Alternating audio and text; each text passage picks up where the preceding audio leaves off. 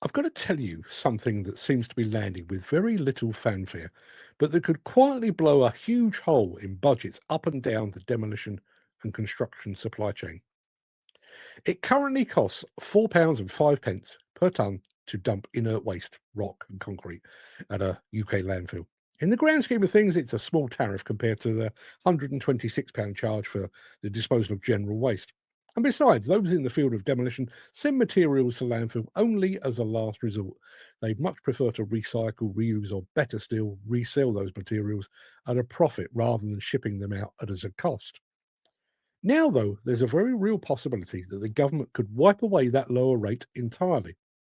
The government is currently analysing the feedback from a formal consultation that proposes a tax escalator so that by 2030, that £4 and 5 pence goes the same route as standard waste, a full £126 per tonne. I'll save you doing the maths. That's a 3,000% hike in landfill tax. Now, the plan is to phase it in.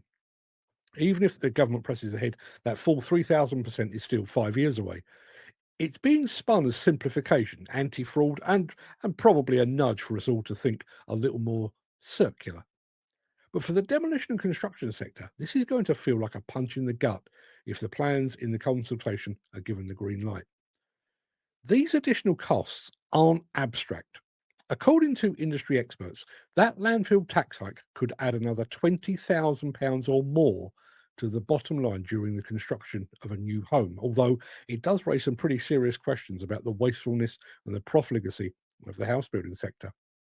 We're not just talking a few hundred quid, we're talking tens of thousands per build. House builders are saying that it could multiply their entire landfill tax bills from just under £1 million to well over £100 million per year. And let's not forget, this comes at a time when the government has staked its already questionable reputation on delivering 1.5 million new homes in the next 5 years. And this isn't going to hit just house builders. Quarry operators are raising red flags too.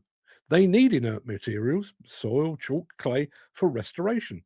Those waste materials currently carry almost no tax, so they currently make restoration technically and financially feasible. Strip that exemption away, and you start scuppering not just the bottom line, but the land itself. Empty quarries, mothballed, no backfilling, derelict rather than regenerated. What's unsettling to me, at least, is that very little of this appears to be in the public eye. The consultation period is over and is now in the lap of the government, but no one's sounding the alarm bells. No one's storming Downing Street in an outrage. It's like the red diesel debacle all over again. Where is the industry outcry, the trade media coverage, the industry notices, and the trade association dissent? Obviously, the industry's primary concern will be about an escalation in costs. But what about the unintended consequences? The biggest red flag here, surely, is fly tipping. Councils are already warning that if disposal becomes too expensive, dirt, bricks, plasterboard, and other inert materials will no longer go through proper channels. Some might dump it illegally. Other waste might get reclassified or shoved into household collections where it doesn't belong. Criminal gangs will form profitable yet illegal waste removal companies, and taxpayers, as always, will foot the bill. In response to this consultation, the local government association says their budgets are already stretched and they're ill equipped to deal with a further surge in waste crime.